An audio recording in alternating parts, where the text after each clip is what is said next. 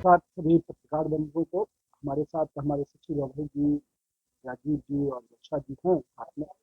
तो इस निमित्त अभी हम लोगों ने विभाग के जो मुख्य बिंदु हैं आपके सामने रखे, सचिव महोदय ने, अभय जी ने रखा है।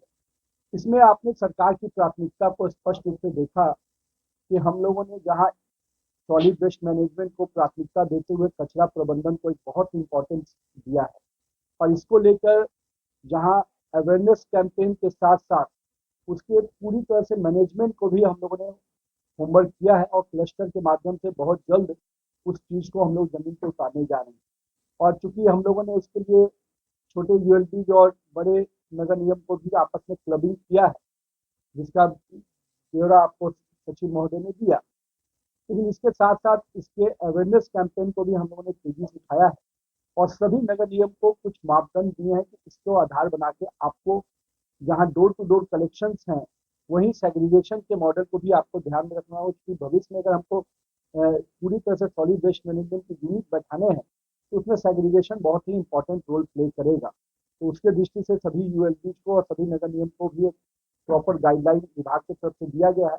और अभी जो स्वच्छता मिशन केंद्र सरकार का चल रहा था, उस अभियान को भी हम लोगों ने पूरे 15 दिन तो उस अभियान के ब्लैक स्पॉट को क्लियर करने में लगाया ही है। लेकिन आने वाले समय में हम लोग पूरे 60 दिन इस कैंपेन को चला रहे हैं, ताकि स्वच्छता के इस विषय को, जो संस्कार स्वच्छता और स्वभाव स्वच्छता कैसे बने, उसके दृष्टि से बिहार पूरी तरह से आगे बढ़कर इसमें काम करे, हम लोगों ने किया। साथ ही साथ नई योजनाओं की चर्चा हुई है, जो कि काफी समय से लोगों का डिमांड था। उसमें बेसिकली ड्रेनेज सीवरेज योजना तो हम लोग लेंगे ही। साथ में जो शहर के सौंदर्यीकरण के लिए पार्क, तालाब और स्ट्रीट लाइट का जो काम पूरा नगर निगम को दिया, लेकिन मास्क लाइट अगर एमएलसी लगाना चाहते हैं तो उसको भी रिकमेंड कर सकते हैं। कम्युनिटी टॉयलेट, कम्युनिटी हॉल, इस तरह की प्रोविजन मुख्यमंत्री समग्र विकास योजना में किया गया। मुझे उम्मीद है कि इस बड़ी राशि जो दी गई है, इस राशि का उपयोग होने से शहरी क्षेत्रों में जो कम्युनिटी सर्विसेज की चीजें हैं, वो तेजी से आपको देखने को मिलेंगी। साथ ही साथ जो कुछ योजनाओं की चर्चा अभी हुई है, सम्राट अशोक भवन का, और साथ में जो हम लोग मुक्ति धाम योजना है, मोक्ष धाम का, ये दोनों योजनाओं के लिए भी राशि दी गई है। और विभाग का ये मानना है कि मोक्ष धाम और सम्राट अशोक भवन हम लोग जो आने वाला वित्तीय वर्ष है, उसके पहले हम लोग कैसे बहुत सारी योजनाओं को कंप्लीट कर पाए।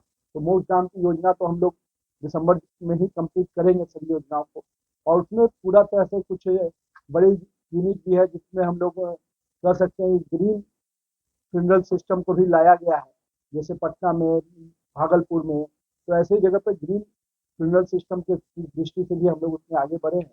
और मुझे उम्मीद है कि वो योजना जब कंप्लीट होगी तो पूरी तरह से हर राज्य में अपना एक, हर जिले का एक यूनिट अपना हो जाएगा। आने वाले समय में इसको और बढ़ाने की आवश्यकता होगी तो विभाग निश्चित रूप से उस पर भी विचार करेगा।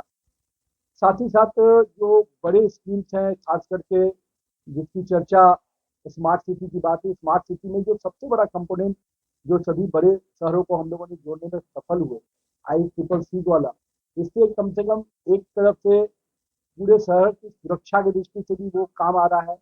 साथ में शहर के जो ट्रैफिक सिस्टम की भी वो पूरी तरह से चेकिंग उसके थ्रू हो पा रही है। तो इसका सबका कंट्रोल एंड कमांड रूम सभी बड़े शहरों में बना है, खास करके पटना में, मुजफ्फरपुर, भागलपुर। तो ये हम लोग का पूरी प्राथमिकता में भी है कि इसको और भी अपग्रेड किया जा सके। आने वाले समय में हम लोग का प्रयास है कि जो हमारे लाइटिंग कंपोनेंट है वो भी इससे कंट्रोल हो, क्योंकि बड़े शहरों में लाइटिंग लगने के बाद उसके मेंटेनेंस का विषय भी रहता है। तो जहाँ निगम मेंटेन करेगा, वहीं उसकी चेकिंग की दृष्टि से भी हम लोग इस ICCC को जोड़ने की योजना पर काम कर रहे हैं। बिजली के बाकी कंपोनेंट को भी हम लोग, क्योंकि 2025 इसका ड्यू डेट रखा गया है, तो अभी तक हम लोगों ने करीब 74 स्कीम पूरा किया है, और कुछ स्कीम 54-55 स्कीम 70% 60% कम्प्लीशन के फेज में है। तो हम लोग चाहते हैं कि जो मार्च का जो डेट है हम लोग का, इस स्कीम के खत्म होने के पहले हम सारी स्मार्ट सिटी योजनाओं को कंप्लीट करने में सफल हों। इसके बाद हम लोग का जो अमृत योजना और जो केंद्र की अन्य योजनाओं है, वाटर सप्लाई और सभी इसमें बड़े एसटीपी के निर्माण के दृष्टि से, उसके भी राज्य सरकार कुछ योजनाओं को सम्मति दे के अब केंद्र को भेज दिया। हम लोग का प्रयास है कि अमृत फेज 2 का भी जो पैसा हम लोग को है, अधिक से अधिक योजना का लाभ बिहार को मिल पाए। और बहुत जल्द अगर कुछ दिनों में हम लोग कुछ योजनाओं की निविदा भी करने जा रहे हैं, जिसमें कई बड़े शहर को एसटीपी योजना देने की भी हम लोग की प्राथमिकता में है। साथ ही साथ जो मेट्रो की बात है, मेट्रो की बात की भी चर्चा सुशील महोदय ने की है। हम लोग उस पर पूरे तेजी से काम कर रहे हैं और जो इच्छा माननीय मुख्यमंत्री जी की और माननीय अपने सम्राट चौधरी जी की है, उस पर पूरा विभाग तत्परता से निर्णय ले रहा है कि जो हमारा ड्यू डेट है 2026 का, उसके पहले हम क्या कर सकते हैं, उसकी भी समीक्षा कर रहे हैं। और जो प्रायोरिटी कॉरिडोर हम लोगों ने रखा है, उस प्रायोरिटी कॉरिडोर को कैसे हम आगे ले जा सकते हैं, इस पे विभाग काम कर रहा है। बहुत जल्द इस पे हम लोग निर्णय लेने की स्थिति में आ पाएंगे।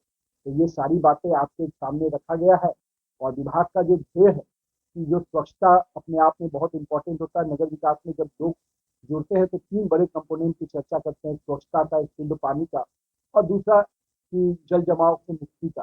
तो बहुत हद तक जल जमाव से मुक्ति में कई योजनाएं, बड़ी योजनाएं भी राज्य सरकार ने ली है और अब विधायकों और विधान परिषद को भी इसका अधिकार दिया गया कि वो भी बड़ी योजनाओं को ले सकते हैं। साथ ही में हमारे जो जीएसडीज हैं, जिनको 15 फाइनेंस कमीशन और state finance commission, 6 state finance commission से जो राशि मिलती है, उसके लिए भी हम लोगों ने प्रॉपर गाइडलाइन दिया है।